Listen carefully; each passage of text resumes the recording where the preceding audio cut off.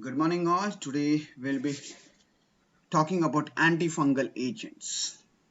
Fungal we can see a lot of spores and all in fungal infection which spreads like in hyphae fungal. So let's have an overall review of your fungal agent. So it belongs to the fungi kingdom, and the study of fungi is known as mycology.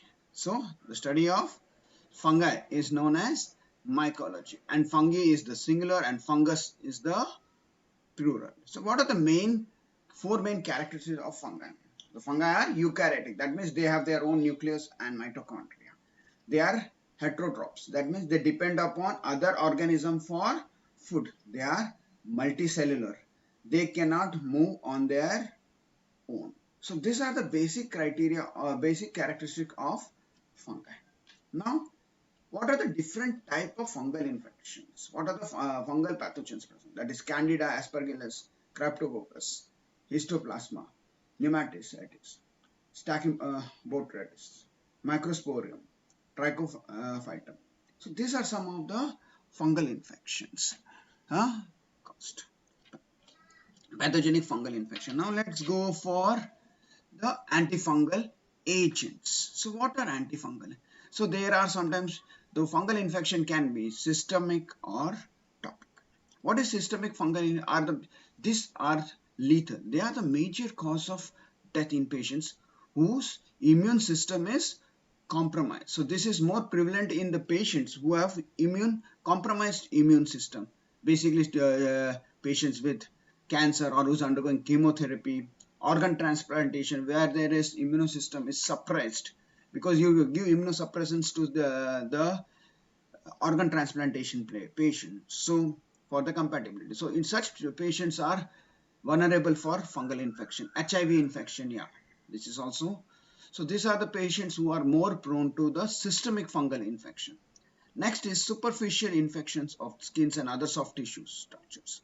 So basically, this is what we observe. So what does this antifungal agents target on? So they have the fungal agents have distinctive components. So they act on that particular cell membrane, fungal cell. They act on cell wall synthesis and nucleic acid synthesis. Okay. So these are the targets of antifungal agents. So they might be antimetabolite, they might be blocking the synthesis of your cell membrane or cell wall. Okay. So what is superficial effect? They affect the skin mucus layer like tinea versicolor, dermatophytes. They affect keratin layer of the skin, nail, hair. That is tinea pedis ringworm infection. So these are some of the superficial infection. Candidiasis. This is the most common type of candida caused by Candida albicans. They are yeast-like. They cause oral thrush, vulvovaginitis, and nail infection. So if you find that your nails are getting white and powdery nails, so this is due to Candida albicans. Deep infections. This affects the internal organs like lung, heart, brain, leading to pneumonia, endocarditis, and meningitis. So this deep infection are nothing but your systemic infection. So that can target your brain, heart, and lung, which leads to formation of pneumonia, endocarditis, and meningitis. So these are some of the types of fungal infections. So now let's go for the classification of antifungal based upon the mechanism of action. Where does this antifungal agents act? Cell wall inhibitors synthesis, inhibitors of cell wall synthesis, caspofungin. Okay, capsofungin. Other classes, drug altering the membrane permeability. So they cause pores inside the membrane and disturbs the electrolyte balance. So examples are your amphotericin B, nystatin, and hemstatin. Next is inhibition of your nucleic acid, that is antimetabolites. 5-fluorocytosine. Other class of drug is which acts on mitotic spindle, disruption of your mitotic spindles in your cell. Okay, that is greasiofilm. Other class means altering the membrane synthesis. So drugs which inhibit the ergosterol synthesis is triimidazole like fluconazole, itraconazole and one. Imidazoles like ketoconazole, meconazole and cotrimazole. The drugs which inhibit your ergosterol and lancetol synthesis are in your cell wall synthesis are terbinafine. So these are the classification of the drugs according to the mechanism of action. This is according to the mechanism of action. Where do the like cell wall, cell membrane synthesis alteration, inhibition of ergosterol and lancetol, which is a part in your cell membrane synthesis, disruption of your mitotic spindle. Mitotic spindle is present in your chromatids, so that will be affected. Nucleic acid synthesis blockage, so which acts as antimetabolites. Cell membrane permeability, that is amphotericin B, nystatin. These are antibiotics. Okay, and capsopharmine. So these are the various classification of the drugs based on the mechanism of action. So let's see what are the sites. As I said, cell wall synthesis, capsopharmine. So ergosterol is synthesis which is necessary for your cell membrane formation. Okay. Function drugs are fluconazole, itraconazole and voriconazole. Lancetol synthesis, it is also part of your cell membrane synthesis. Example, natifine and terbinafine. Nucleic acid, which is within the nucleus. So example is 5-fluocytosine. And the drug which alter the membrane functions are amphotericin B. That means they cause porosity in your cell membrane and disrupts the intracellular electrolyte balance. This leads to your antifungal action. So by looking at the diagram of this cell, you know where the drugs act. Okay, which drug acts at which part of your fungal. So this is very much important in your mechanism of. Now let's go for the chemical classification of your antifungal agent. Now let's go for the chemical classification of your antifungal agents. What is the first class? Antibiotics. So antibiotics also there are two subtypes. Polines. Polines means there are multiple double bonds. So examples are amphotericin B, nystatin, ampicillin and natamycin. Okay, these are antibiotics. Other example is heterocyclic benzofuran antibiotic. Okay, that is greasiofilm. This acts on your mitotic this thing, antimitotic in agent. Antimetabolite drugs are 5-fluocytosine. Other next class of drugs are azoles. They are two types, imidazole and triazoles. Imidazole topical use are, they are basically used for topical agents like icanazole, meconazole, cotrimazole, oxyconazole, ketoconazole. Ketoconazole can also be used for systemic.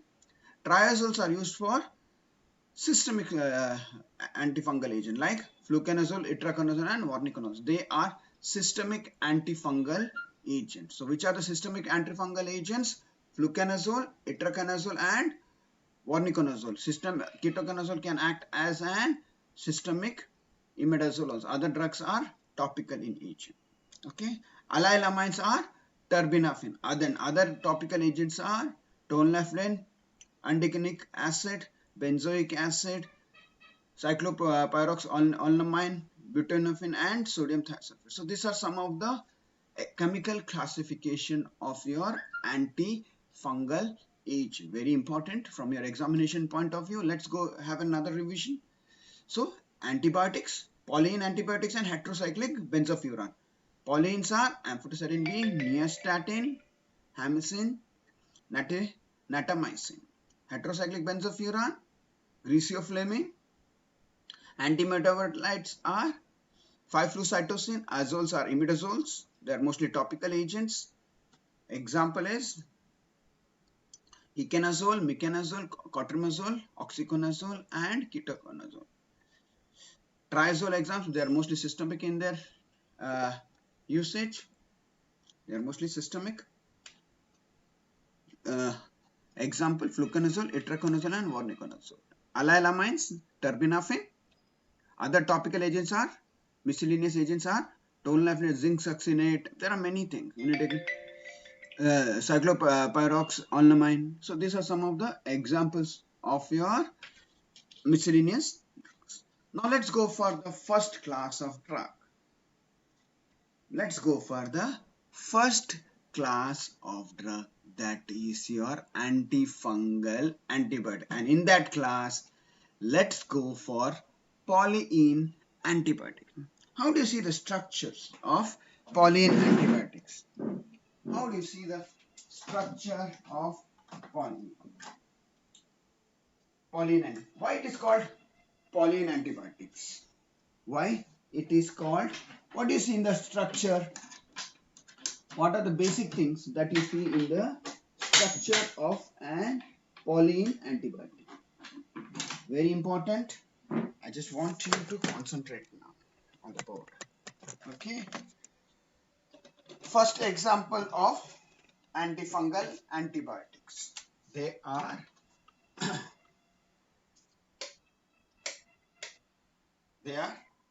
polyene antibiotics. They are polyene antibiotics. Why they are called polyene antibiotics? Because they contain unsaturation. En means unsaturation. Poly means many. They've got many unsaturation bonds present in the structure. That's why they are called as polyene antibiotics. So now let's go for first class of drug, that is amphotericin B. That is the first example is amphotericin B. This antifungal agent has the broadest spectrum of activity and it is produced by Streptomyces nodosus. Okay, they are neutral amphoteric in nature, polyene macrolide. Amphoteric in nature because they got both acid as well as base group. Polyene because they got multiple double bonds, and they are macrolides because they contain a large lactone ring. So it is an heptane macrolide. It is a large lactone ring with multiple ketone and an hydroxyl group. Okay, it contains multiple ketone and hydroxyl group.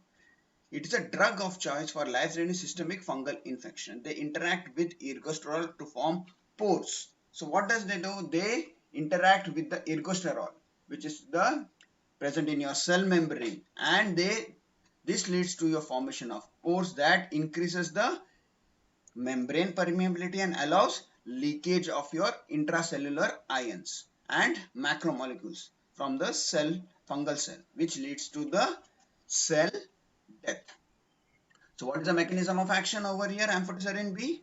So what they interact with the ergosterol, and this leads to formation of the pores inside the cells membrane, and this leads to your expelling of your electrolytes and macronuclear molecules which are necessary for the well-being of your fungus. So this causes, when there is loss of protein, this causes shrinking of your fungal cells, and this leads to your death. This pores causes your depletion of your potassium, which is necessary. These pores or channels make pores in the lipophilic segment with the poly. So they disrupt the cell membrane function, allowing the electrolytes like potassium to come out and small molecules leave from the cell, resulting in the cell death. And these drugs are most active at around pH 6 to 7.5. Okay, around pH 6 to 7.5.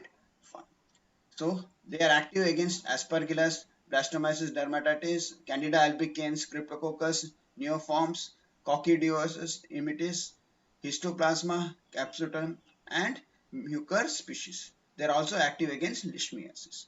They have a broad spectrum of action. They are fungicidal in high concentration and fungistatic at low concentration. The adverse effects are acute reaction like chills, fevers, headache, pain, nausea, vomiting, dyspnea lasting for 2 to 5 hours because of the release of interleukins and TNF alpha. Treatment with, so in such cases you have to give hydrocortisone. Long-term toxicity, they cause nephrotoxic, azotemia, hypokalemia because They disturb the cell membrane. They reduce the glomerular filtration. That means they affect the kidney, causes anemia. CNS toxicity, they are cause intrathecal admission, headache, vomiting, nervous pulses, and it is rarely hepatotoxic, means it can cause even liver toxicity. Now let's go for the structure of amphotericin B. Let's go for the structure. Everybody concentrate over here. Let's go for the structure of amphotericin B. So first you have to draw the lactone ring. Everybody, I would like you to write along with me. First draw the lactone ring on the top. Okay, there is a lactone ring. Okay, this is the lactone part. So this is an ester which is cyclic. That's why it is called as a lactone. And it is a macrocyclic, means because it is a usually. That's why it is called as macrolide, which contains an ester group. Okay, so this is an ester group, everything. So this is how you have to write the structure, which contains many hydroxyl group in it. So first is your ester linkage, then second it contains OH, third contains an OH, fourth contains an OH, fifth is empty, fifth is empty, sixth contains OH at the top and at the bottom. Okay, top and bottom. Seventh at the top, and it forms a cyclic ring containing OH. So let us write. So first is what? Ester. Second OH. Third OH. Fourth OH. Fifth is empty. Sixth contains OH at the top and at the bottom. Seventh contains OH at the top of the junction, and it forms a six-membered ring containing an oxygen over here. Third is empty, no? Huh? Third, sir. Third. One, OH. see the structure of amphotericin B. Okay, sorry, I was just writing. Third is empty. empty. Okay, amphotericin third is empty. Okay, fourth contains on the top and at the bottom. Okay, fifth contains OH over here. Seventh again on the top. Okay, and your OH over here and then acid. Okay, this is the top portion. Okay, this is the top portion. So how many hills are there? 1, 2, 3, 4, 5, 6, 7, 8. So top, how many hills are there? 8. So whenever you draw the structure, first draw 8 hills. 1, 2, 3, 4, 5, 6, 7, 8. 8th hill is an cyclic form with an oxygen, OH and COH over. Okay. And then what does the first one is your ester. Second one OH. Third one OH. Fourth one is empty. Fifth one OH at the top, OH at the bottom. Seventh one OH over here and then so this is the upper structure. Okay. 1 hill, 2 hill, 3 hill, 4 hill, 5 hill, 6 hill, 7 hill, 8. Got it? Did you understand the top portion, everybody? Okay. Yes, sir. So now let's go for the side part. Okay. Side part. 1 hill and 2. Okay. Got this? 1. If you draw it like this, I'll just draw it in another color so that it is easier for you to understand. Okay. So let's go for an black color. Okay. So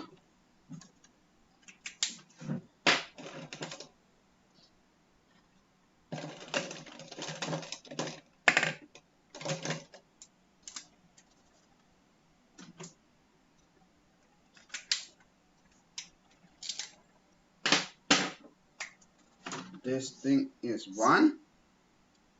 Okay, that is 1, and then okay, this is side.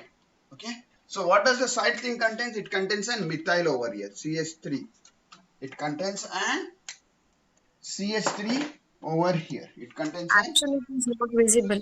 CH3. Okay, I'll just draw. Okay, 1 and 2. So the top portion contains CH3 at the top. Okay, then again another CH3. So there is an alternative Z. So if it forms a Z, one end of the Z contains the other end of the Z contains CH3. Okay, got it? Now what is the next thing? There is an OH over here and then again methyl. So this is the side part. Did you understand the side part, everybody? Did you understand the side? 2-methyl, OH, methyl. 2-methyl in the alternate, then OH and methyl. So this is the side part. So inside there is 1, 2. Now let's draw the base. So this was the side part. Now let's draw the base. So in base, how many are there? Double bonds. 1. How many hills are there in the base? 1, 2, 3, 4, 5, 6, 7, 8. Similarly, at the top there are 8, bottom also 8. So 1, 2, 3, 4, 5, 6, 7, 8. Did you get this? Yeah? Everybody? So now let's draw 1 double bond, 2 double bond, 3 double bond, 4 double bond, 5 double bond, 6 double bond, 7 double bonds. So it is an heptene. Means there are 7 double bonds. So draw the 7 double bonds. So wherever the 7th double bond ends, next to that it forms a O glycosidic. It is a macrolide, so it contains an sugar moiety also. It is connected by O glycoside to an sugar moiety which contains an methyl, OH and amino group. Okay, so this is your sugar, that is an amino methyl sugar, okay, moiety, which is linked by an O glycosidic linkage. Okay, which is connected by an O glycosidic linkage, and this 8th one is connected to the this. Okay, this 8th one is connected to the upper 6-membered ring. Okay, over here carboxylic. So this is the structure of amphotericin B. This is the structure of amphotericin B. I'll be drawing it again, so listen properly. Okay, I'll be drawing it again. Okay, so what is the first thing that you have to remember? First thing you have to draw how many hills on the top? How many hills you have to draw from 8. the 8? 8. So whenever you are writing the structure, you should remember this. First, how much hills you have to draw? 8. This is 1 hill. This is 2 hill. This is 3 hill. This is 4th hill. This is 5th hill. This is 6th hill, 7th and 8th. And what is 8th one? You have to draw a cyclohexane. Okay. Containing an oxygen, OH, COH. Okay. Done. First hill containing ester. Second at the bottom OH. Third at the bottom OH. Fourth is empty. Fifth on the top there is OH. Bottom there is OH. Sixth bottom there is OH, and seventh at the top there is OH. So this is the upper part of the structure. Okay. Now go to the side. 1, 2. Methyl, methyl. OH, methyl. Okay.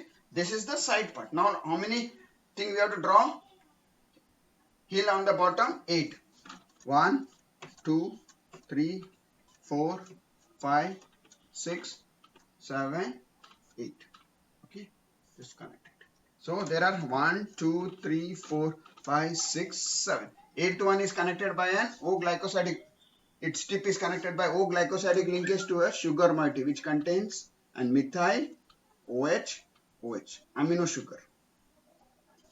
Okay, so this is the structure of amphotericin B.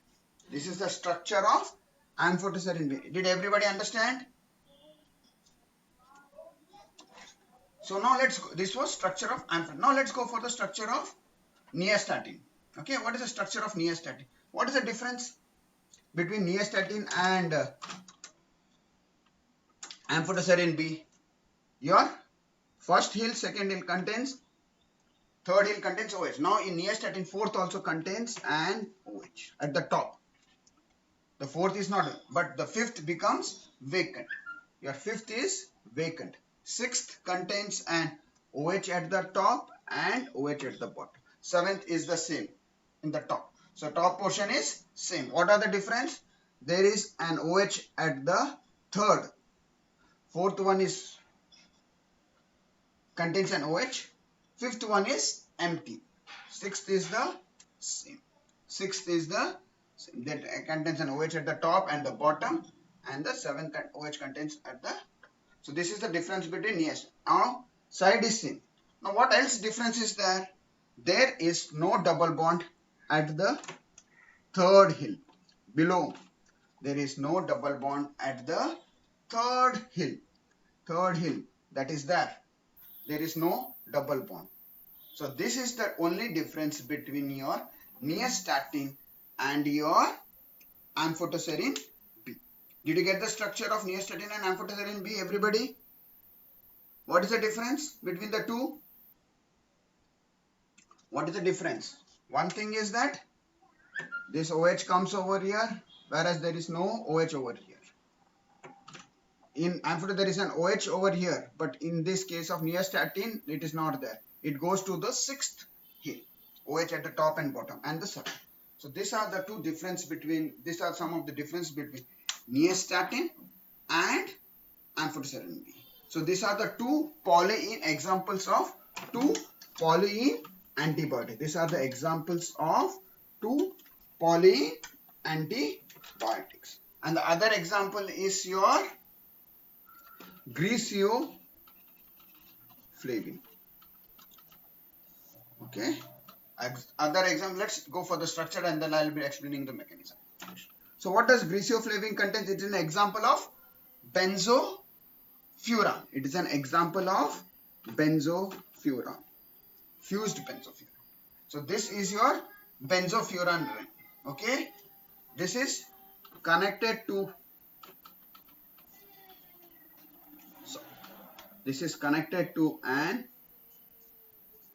alpha beta unsaturated ketone containing an methoxy over here and a methyl.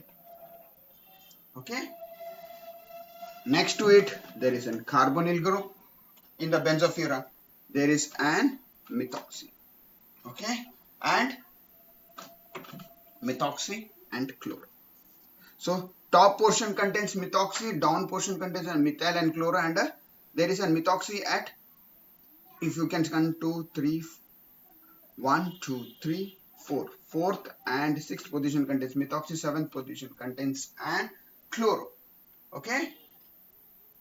There is a methoxy over on the top, which is linked by an alpha beta unsaturated keto group, cyclic ketone, and there is a methyl at the sixth position. So this is the structure of your griseoflavin.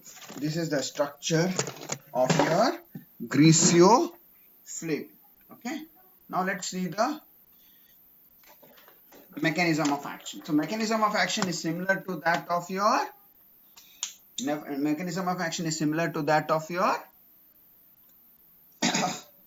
amphotericin B. It is from the bacterial origin, that is Streptomyces norisii. Okay, it was discovered in 1950.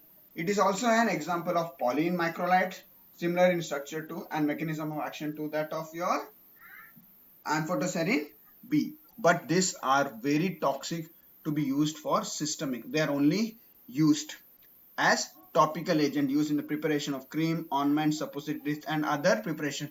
So never ever give nystatin. It is highly toxic. It is highly toxic.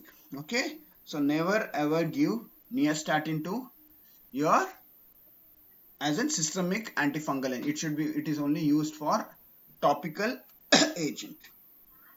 They prevent or treat superficial candidiasis of mouth, esophagus and gastrointestinal tracts. Okay. And even if it is used, it should be given in very low concentration. Okay. It is used in vaginal candidiasis, pessaries. For 2 weeks treatment, they can be used in combination with antibacterial agents and corticosteroid also. In cutaneous infection, they are available in creams, ointment or powders forms and applied 2 to 3 times in a day. So it should be very carefully given under lot of precautions. Okay. So only when there is too much of infection, that is on a controlled dose, this drug has to be given. So next example is natamycin. Next example is natamycin. So what do you see over here? Okay, just similar to that of this. But over here at the top there is unsaturation. Trough same as that of your structure. So let us simplify this structure. Okay, let us simplify this structure.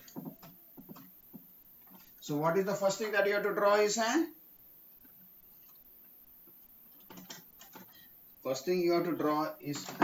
ester. So you have drawn an ester. What is next in the top?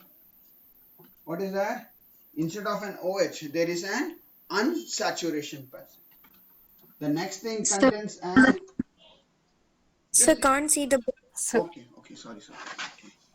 So first thing you have to draw is an ester. Can everybody see right now? First thing you have to draw is an ester. Okay. Then next to that there is a double bond. Second hill contains a double. Third hill contains an epoxide. What is this? Cyclic oxygen oxide is known as epoxide. Okay. It contains an epoxide linkage. Next ring contains an OH. Again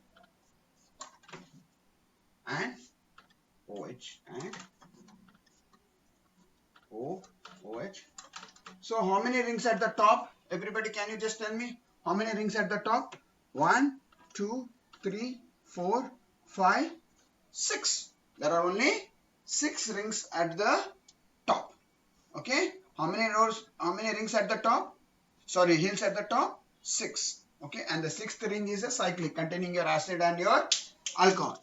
Now let's go for the side. So there is an. How many at the side?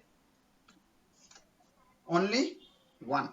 So side contains only 1, whereas in case of amphotericin B and nystatin, it contains 2 side hills. So what is the next thing? Down, how many are there now? Double bonds. 1 hill, 2 hill, 3 hill, 4 hill and 5. 1, 2, 3, 4 and 5. 1, 2, 3, 4 and 5. So there are how many double bonds? 1, 2, 3, 4. 1, 2, 3, 4. And the 5th one is linked by an O-glycosidic linkage to your amino sugar. Methyl. OH, NH2. And this thing is connected to your the 5th one. 1, 2, 3, 4, 5. 5th one is connected to your cyclic ketone. Okay. Cyclic toluene. Okay. So this is the structure of natamycin. What is the difference? The number of hills in the top is less and the number of hills in the bottom is also less. Sidewise it contains only 1 hill. Okay. Sidewise only 1 connection. Okay. Whereas in case of amphotericin B and this thing, it had 2. Okay. How many double bonds are there? 1, 2, 3, 4. And the 5th one is connected by an O-glycosidic linkage to your amino sugar. This is the structure of your natamycin. This is the structure of your natamycin. And it is an amphoteric macrolide. Macrolide because it is a huge ring containing an lactone and an amino sugar. That's why it is called a macrolide. It is obtained from Streptomyces natalis. Okay, this is the source of your natamycin. They are used for topically for the treatment of variety of fungal infection. They exert its effects by binding to the sterols in the fungal cells, thereby increasing the permeability, which leads to the leakage and loss of essential constituents. So this is the mechanism of action of your natamycin. This is the mechanism of action of your natamycin. Okay. And what is the next is griseoflavin. It is also an example of your antifungal antibiotic. So if they ask an example, write a note on antifungal antibiotics, then you have to include all that three polyenes as well as your benzofuran heterocyclic antibiotic. So it is fungistatic in nature and it is obtained from Penicillium griseoflavium. So griseoflavin is obtained from Penicillium griseoflavium. So they are fungistatic and it causes a number of significant drug interaction. They have a number of drug interaction. This griseoflamin accumulates in the newly synthesized keratin containing tissues. So they will be more concentrated in the newly formed cells, and where it causes disruptions of your mitotic spindle and inhibition of your fungal mitosis. So fungal mitosis is necessary for your cell division. So if mitosis does not occur, they cannot multiply and grow. So this inhibits your fungal growth. They inhibit the nucleic acid synthesis. Thus they inhibit the nucleic acid synthesis and new cell formation. Structure is benzofuran. So if you got a benzofuran containing a carbonyl group, and at the second position it is attached to a 6-membered ring containing an alpha beta unsaturated ketone with a methoxy and a methyl group, and the benzofuran contains methoxy at the 4th and the 6th and the chloro at the 7th position. So this is the structure of griseoflavin. Adverse effects are headache, GIT distance, CNS like confusion, fatigue, vertigo, peripheral neuritis, rashes, photoallergy, transient leukopenia and albuminuria. So these are some of the side effects of your griseoflavin. So today next class is your 5-flucytosine. 5-flucytosine. Okay. Cytosine is what? It is one of your pyrimidine analog. It is one of your pyrimidine analog. It is analog of your cytosine. It is analog of your cytosine. So what is 5-flucytosine? What is cytosine? It is an pyrimidine nucleotide. This is your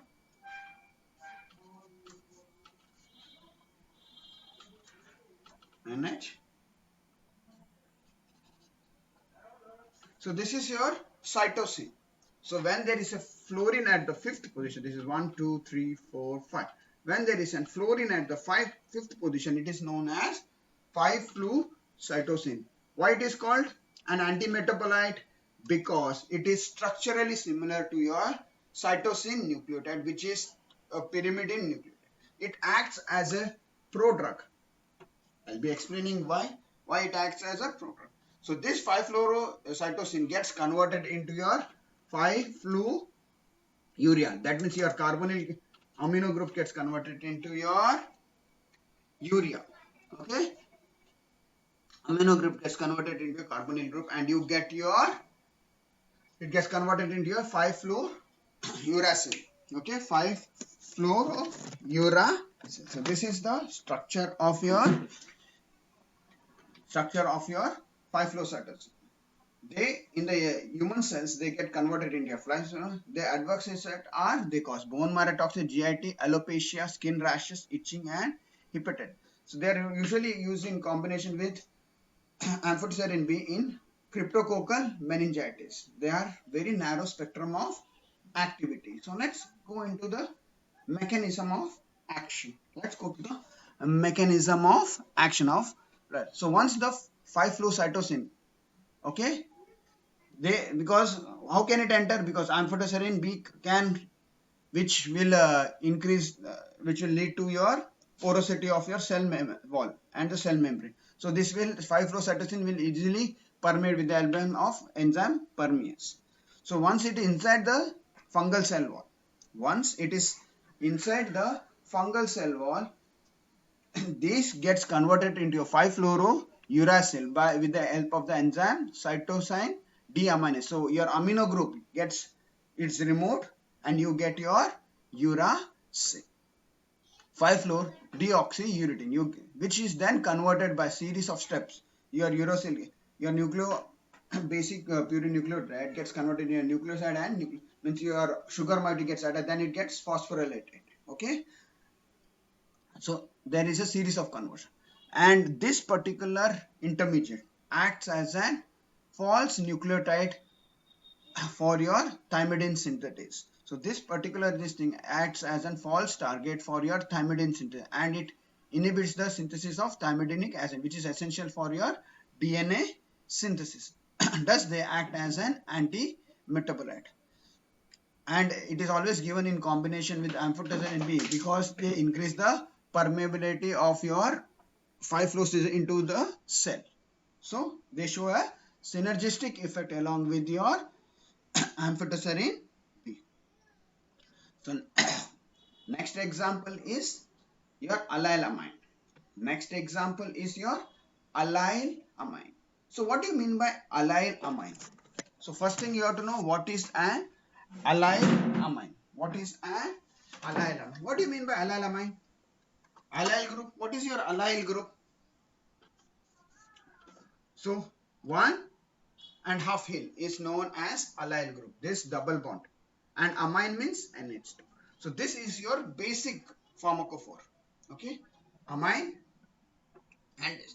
So this thing is an allyl amine. So what does it contain? Now what is the first example? It is terbinafine.